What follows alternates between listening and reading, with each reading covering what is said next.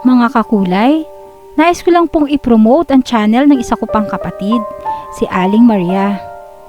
Ilalagay ko po sa description box ang kanyang link ha, para pagkatapos po nating pakinggan ang ating kwento ngayong araw na ito, ay mabisita nyo rin ang channel niya. Naggagandahang horror at aswang stories po ang meron siya. Sana po ay mag-subscribe din kayo sa kanya. Maraming salamat, kakulay!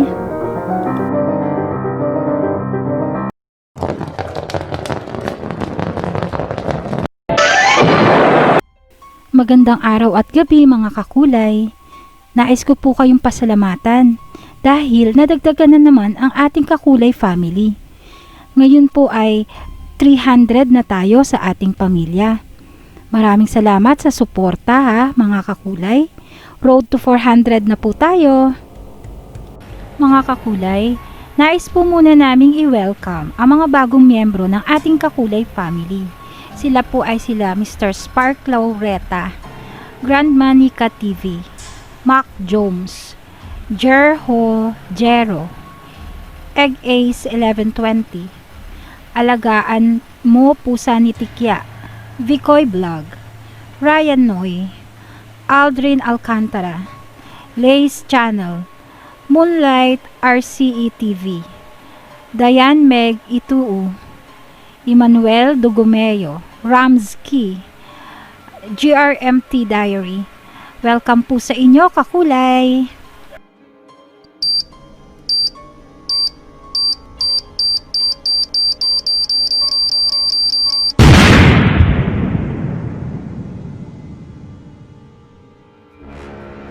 Ako po si Dipred.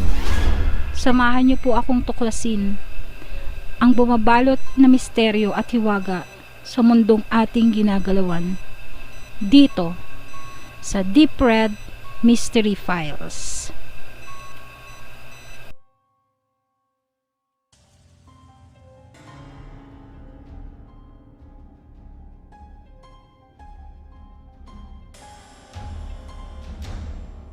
Mabait, masipag, at maaasahan na jeepney driver si Mang Gustin. Sa katunayan ay itinuturing siyang best friend ng kanyang mga kapwa jeepney drivers dahil bukod sa pagiging palakaibigan nito ay talagang maaasahan siya. Tumutulong ito sa abot ng kanyang makakaya kapag may problema ang isa sa kanyang mga kasamahan.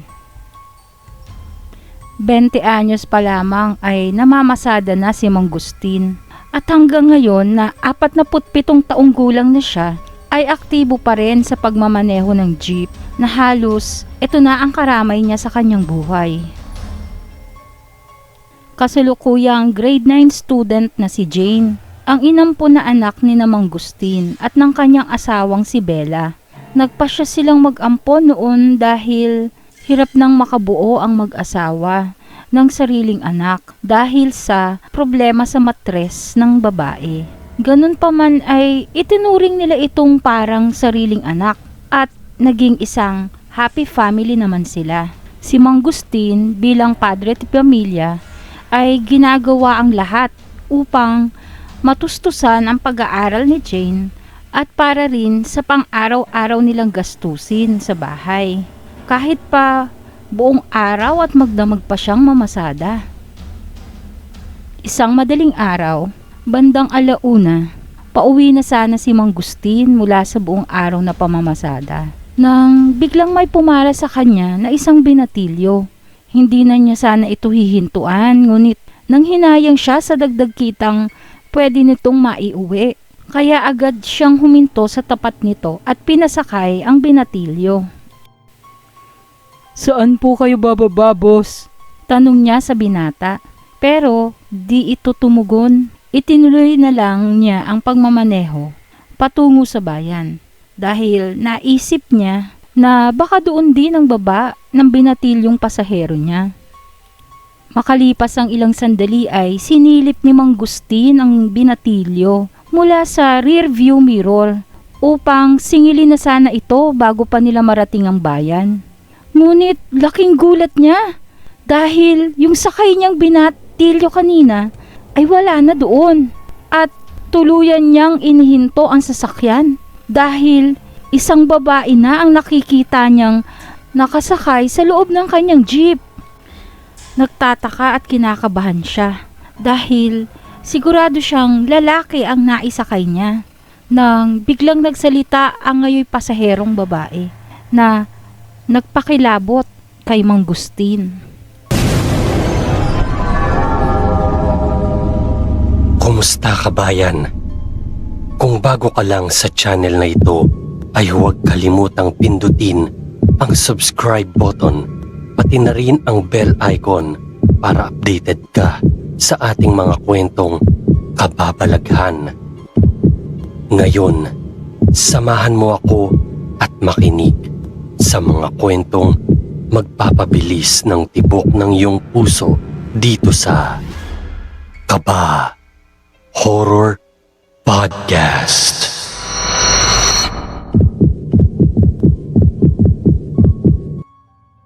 Please don't forget to subscribe to his channel. A friendly reminder from Deep Red Mystery Files. Huwag kang matakot. Ikaw ang itinakda at napili namin. Sa isasagawang plano, may iaalok ako sa'yo. Isang kontrata. Libo-libong salapi ang matatanggap mo kung papayag kang maging tulay namin sa pagpapadami ng aming lahi dito sa inyong mundo. Sa nangangatal at nanlalamig na katawan, ay pilit pa rin niyang inuunawa ang sinasabi ng kakaibang nilalang sa kanyang harapan. Pero hindi niya talaga maunawaan kung ano ba ang gusto nitong mangyari. Kung kaya't hindi niya napigil ang tanungin ito. Ano pong kontrata?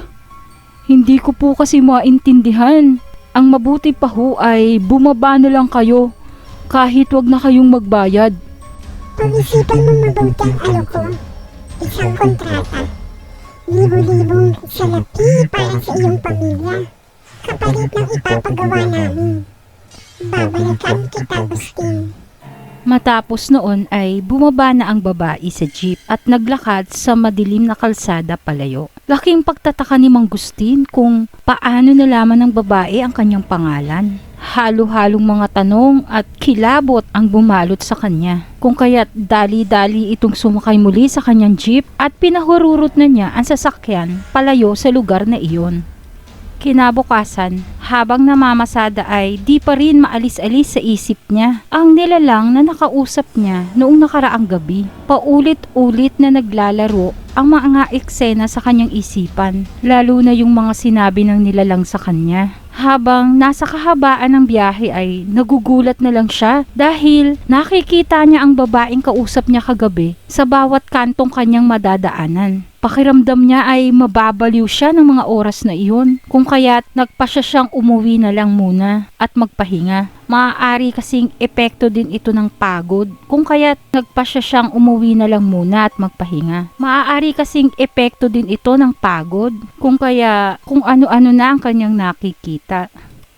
Ngunit sa kanyang pag-uwi ay isang masamang balita ang kanyang natanggap. Isinugod daw ang kanyang asawang si Bella sa ospital dahil bigla daw itong nawala ng malay mula sa iniindang sakit. Dali-dali niyang tinungo ang ospital at doon ay nalaman niyang may malubhang komplikasyon na pala sa atay ang kanyang asawa. Sabi ng doktor, kailangan na daw itong maoperahan bago pa tuluyang lumala ang kondisyon nito.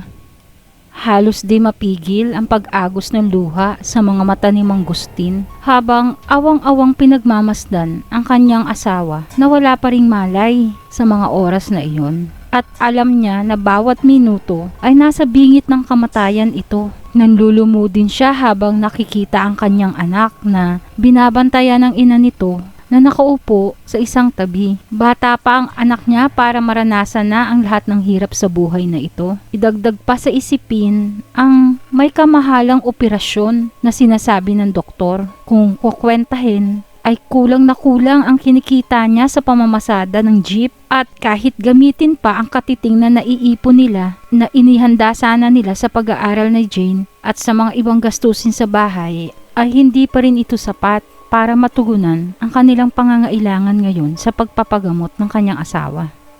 Tulirong-tuliro si Mang Gustin dahil sa patong-patong na suliranin na kanyang kinahaharap ngayon. Pero ano pa man ay gagawin niya ang lahat at hindi niya hahayaang mamatay ang kanyang pinakamamahal na asawa. At patuloy pa rin niyang itataguyod ang kanyang pamilya. Humingi siya ng tulong sa kanyang mga kamag-anak at kapitbahay. Ngunit kapos pa din ang mga ito. Ngunit kulang pa rin ito. Nilapitan niya na din ang kanyang kapwa mga jeepney drivers dahil sa kabaitan nito sa kanila at kahit kapos din ang mga ito ay nagsipag-ambag naman upang makalikom at may maitulong sa kanya. Ngunit maliit pa rin talaga ang halagang nalikom niya. Hindi pa rin ito sasapat para sa operasyon ng kanyang misis. Nang bigla niyang naalala yung kakaibang babaeng nag-alok sa kanya ng limpak-limpak na pera kapalit ng kung anumang ipapagawa nila sa kanya. Dali-dali siyang bumiyahe at tinungo ang lugar kung saan niya ibinaba ang nilalang na iyon. Ngayon ay desidido na siya, tatanggapin na niya ang kontratang inaalok sa kanya. Malalim na ang gabi, ngunit hindi pa rin niya makita ang nilalang. O mas tamang sabihin, hindi pa rin sa kanya nagpapakita ito. Pinanghihinaan na siya ng loob at nawawala na rin siya ng pag-asa. Ayaw man niya, ngunit sumasagi pa rin sa isip niya ang pagpapakamatay ng biglang may tumawag sa pangalan niya. Paglingon niya ay nakita niya ang kakaibang nilalang na iyon. Pumapayag ka na ba, Agustin? Alam kong mag-aagaw buhay ang asawa mo.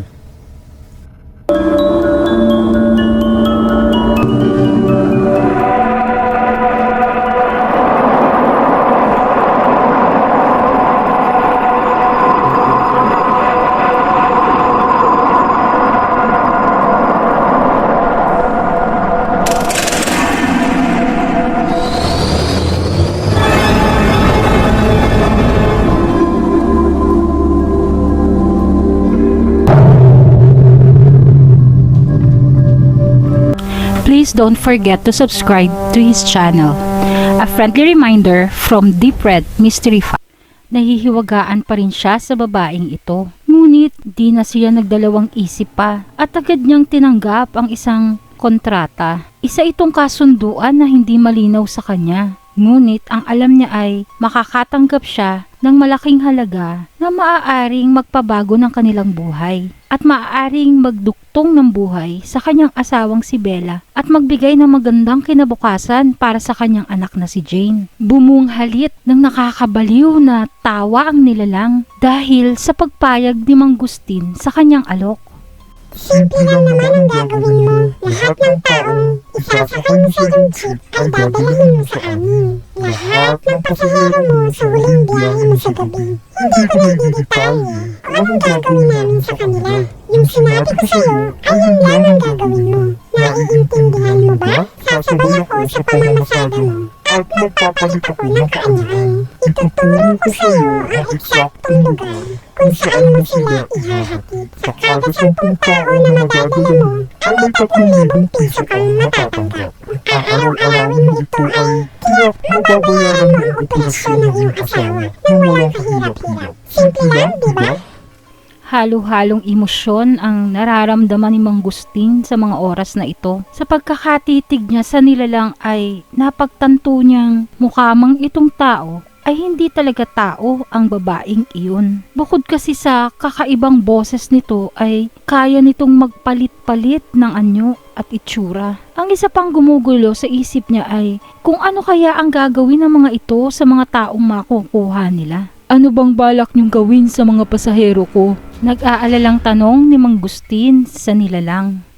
Huwag kang maraming pagtanong. Kung ayaw mo mapahamak, ayaw mo bang gumaling ang iyong asawa? Matigas na tugon ng nilalang dito. Hindi na nakaimik pa si Mang Gustin dahil nahihinuha niya na ang sagot sa kanyang mga tanong. Matapos ang kanilang pag-uusap ay biglang umangat at lumipad nang mabilis papalayo sa kanya ang nilalang. Namangha si Mang Gustin sa mga kakaibang kakayahan ng nilalang na ito. Sa kabila noon ay buong gabi niyang pinag-isipan ng mabuti ang pinagagawa sa kanya nito. Kinabukasan, nagsimula ang pamamasada ni Mang Gustin nang may kadiliman na.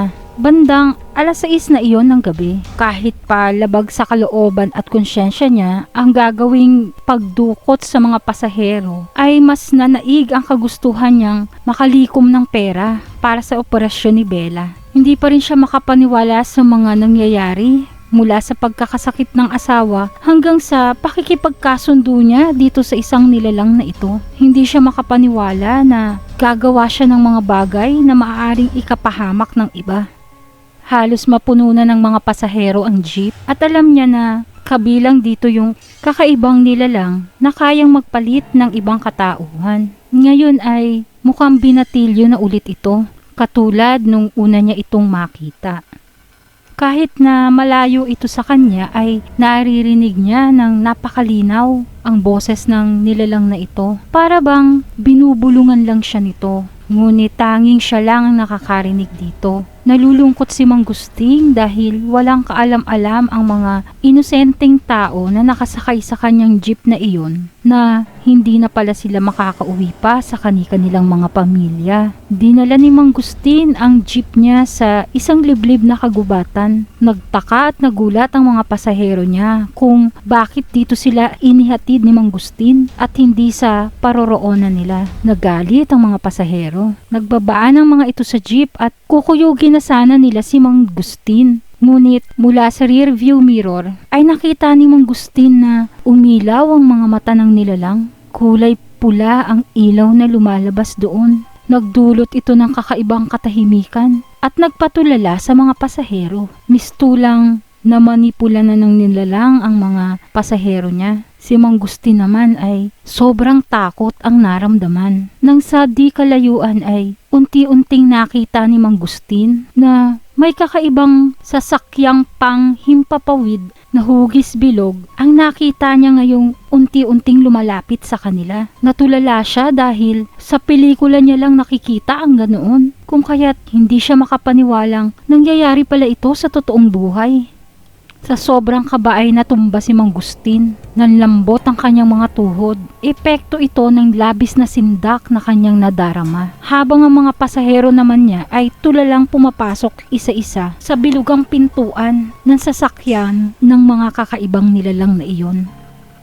Kakaripas na sana ng takbo si Mang Gustin nang biglang lumitaw sa harap niya ang nilalang na kausap niya kanina.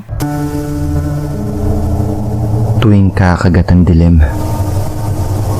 hanggang sa pagliwanag ng kabilugan ng buwan, maglalabasan ng mga hiwaga na siyang kakain sa huling liwanag ng kandila.